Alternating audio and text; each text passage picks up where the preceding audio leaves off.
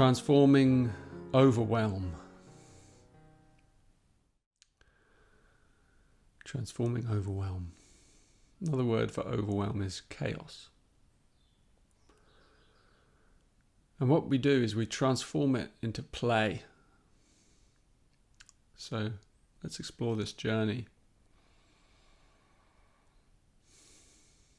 So many things can overwhelm us in life.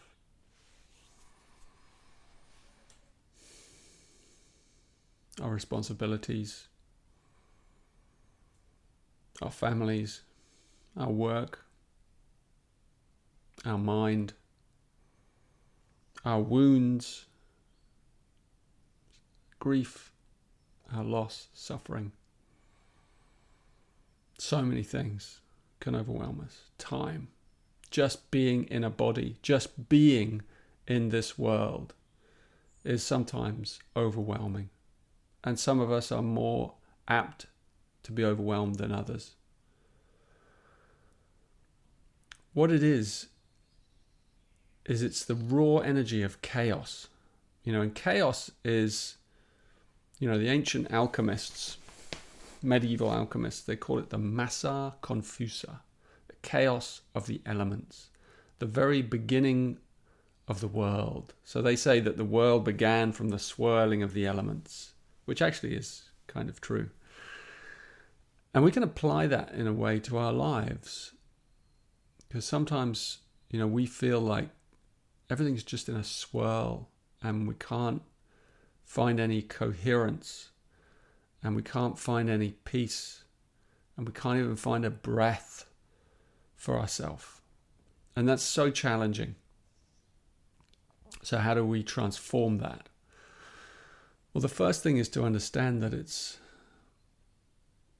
a pregnant state, and that there is something, it's like all these shadows. There's something in it for us if we have the courage to dig a little deeper into the pattern.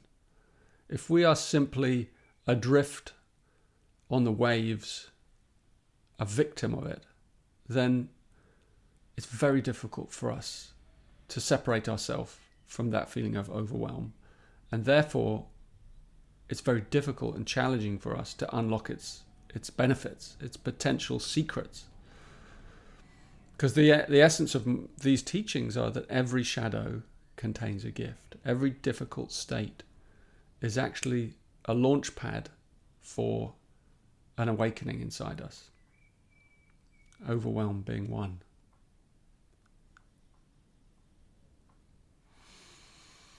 So think about a child. The child swims in the currents of chaos, and yet they're not overwhelmed. And when I say chaos, I mean that they have no rhythmic pattern imposed from the outside. I mean, we as parents, impose our patterns, but the child just moves randomly, spontaneously. If you watch a child at play, you'll see that they just pick things up, they throw them down, they put them in their mouth, they chuck them. They don't care about where it ends up. They're just on to the next thing, and then the next thing, and then the next thing. And there's a real beauty to that. And yet as adults, obviously we learn that we can't live like that.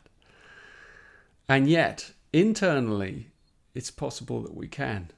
Externally, we would create chaos. But internally, there's something inside us that yearns for that state of innocence again, that state of freedom. And that state of freedom is not so far from the overwhelm. You could kind of see like this, it's just too much. But then if there's just the smallest shift inside us, then we wouldn't experience it as overwhelm. We might experience it as adventure or play. But how do we make that shift? One way is we have to breathe. We have to learn to breathe, because breathing is the one way in which we can create pauses between the thoughts, between the kind of ripples of anxiety, between the fear that lies underneath overwhelm, because underneath overwhelm lies fear. It's the fear that we are not in control, that we cannot be in control, that we've lost control. It's the fear that almost we don't exist, that we're falling away into non-existence. So how do we bring ourself back into the frame? Not to regain control, but to regain some stability. And the first thing is we breathe. And we pause, we create pauses. This is one of the central teachings of my path, is to create pauses in your life. Rest, little rests, little places where you can actually look at things as they are, instead of just spinning from one thing to the next, spinning, overwhelmed by life, overwhelmed by emotion, overwhelmed by your sensitivities to the environment, to others, to what's going on, unable to cope. So first thing is pauses, little cups of tea, A cup of tea can be like a few moments, just a little moment, just to entertain like the possibility of, a moment of peace. I actually have it within my ability to create little islands of peace within my day. But I have to make them. I have to make space for them. So it just can be like, put your feet up on the sofa and just 3 deep breaths. That's such a great practice. 3 deep breaths. If you remember that throughout your day will soon be very different. 3 deep breaths. And a sigh. Whenever you feel overwhelmed, make that a practice. And the more you do that, such a simple thing, the more you will begin to realize that there are more and more pauses and spaces in your busy day. And it's up to you to create them. Because 3 breaths, how long does that take? Less than a minute? Less than a minute? Can you not give yourself that minute in the middle of a task, at the end of a task, before you move to the next task? And how often can you do that? Those 3 deep breaths. You can set your clock to remind you,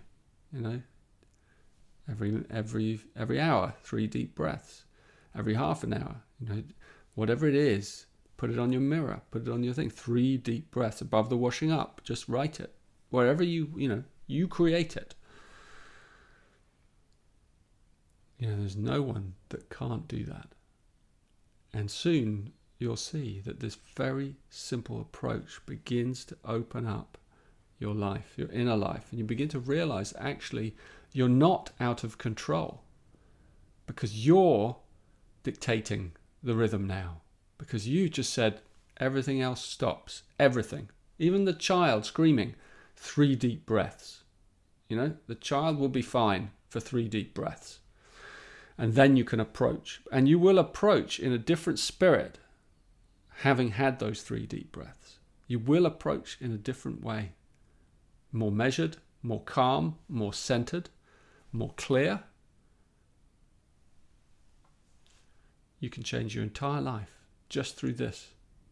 Your entire life. It could be entirely different from how it is now, just with this very, very simple technique.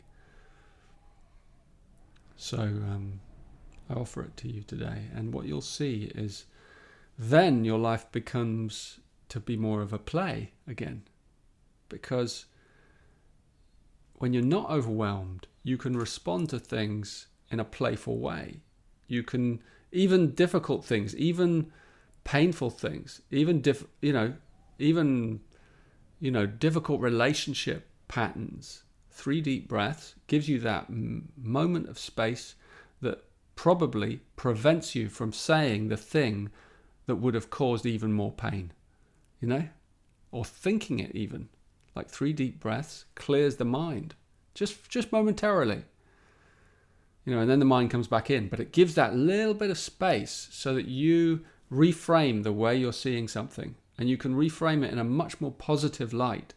And the more positive you feel in the way you think, in the way you look at people, in the way you talk about people, the more positivity you can bring, not false positivity, just kindness, then the better you will feel about yourself.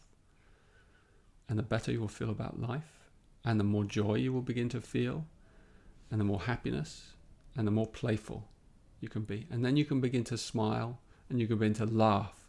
And then even when things get completely overwhelming, you're not overwhelmed, because the heart cannot be overwhelmed. An open heart cannot be overwhelmed. The mind can be overwhelmed, but not the heart. The body can be overwhelmed, but not the heart. It's not possible for the heart to be overwhelmed. Not the true heart. Because it just goes on opening. There's no limits to the extent of the love that the heart and the joy that the heart can take in, transform, and feel. So make that the core of your practice, this simple practice of 3 deep breaths, and open your heart and bring it back to life, and then bring it into all the different corners of your life. 3 deep breaths.